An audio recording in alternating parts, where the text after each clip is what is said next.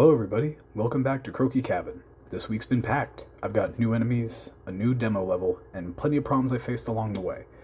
From blender rigging issues to collision nightmares in Godot, this devlog one has a bit of everything. So, let's get into it. I started this week by taking some notes on what I wanted to work on. New models and the demo map, along with a water attack. First, before getting into everything, I wanted to work on updating the fly model. When I started doing this, I ran into some rigging problems early on, but once that was fixed, I was happy with how it came together. After that, I jumped into creating two new enemy models, the ant and the firefly. Now these gave me a lot of trouble when I brought them into Godot. This ended up being because I forgot to uniquely name some parts of the node setup like the animation players, which caused Godot to freak out and not know which node to use. My lesson learned was to name my nodes properly and uniquely.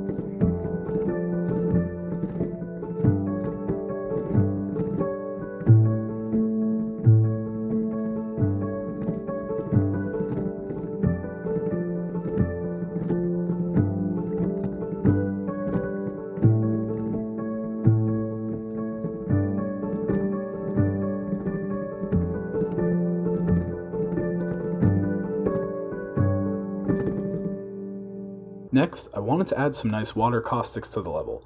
I followed a few tutorials from Blenderbox and Microsingularity, but had some issues when realizing that procedural materials didn't export to gltf. So I tried texture baking to make it work, turning those emission shaders that I had into an image texture, but it didn't translate very well when I brought it into Godot. So for now, the water is a bit of an opportunity point, and I'll revisit it later once I have a better workflow.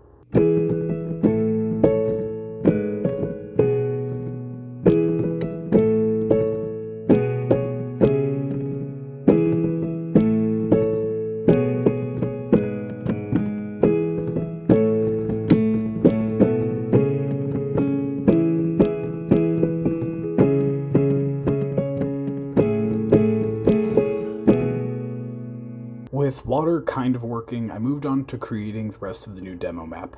I left a lot of open space so there'd be room for expansion, but honestly, it feels really empty right now. It'll work as a testing ground though. When testing the map, I noticed some weird collision issues with large meshes. I tried subdividing faces, thinking it'd fix it, but the issue's still hanging around. For now, I replaced some platforms and boulders with rock meshes that actually collide correctly. It's not perfect, but at least it's playable while I test.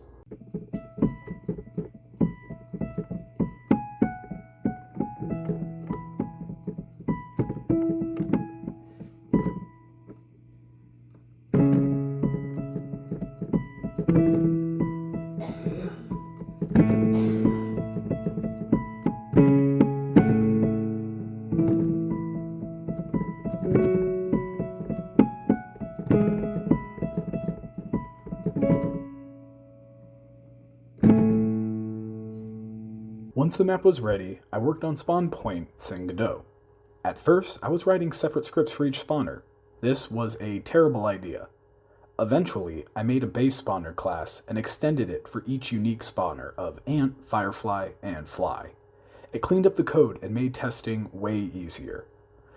I also had some issues with game state updates calling conflicting functions.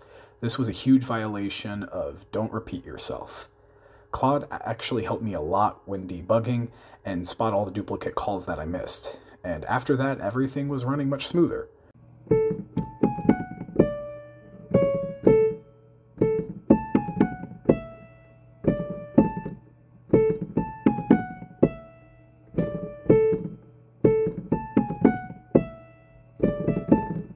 With the enemies spawning properly, I moved on to the UI. I finished a basic settings menu and got the quit functionality working.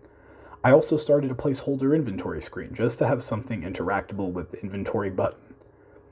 One thing I noticed during testing was that the HUD wasn't properly anchoring in full resolution. That'll need more work, and I'll probably watch more tutorials to figure out the best approach to this later.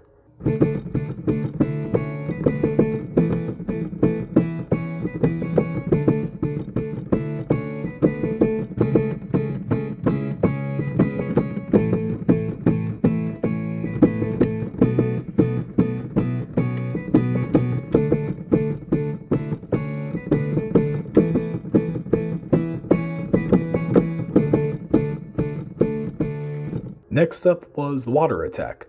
Originally, I tried using raycast 3D projectiles, but since it's supposed to have some gravity and fall off, I switched to rigid body 3D projectiles, and that's working much better for me.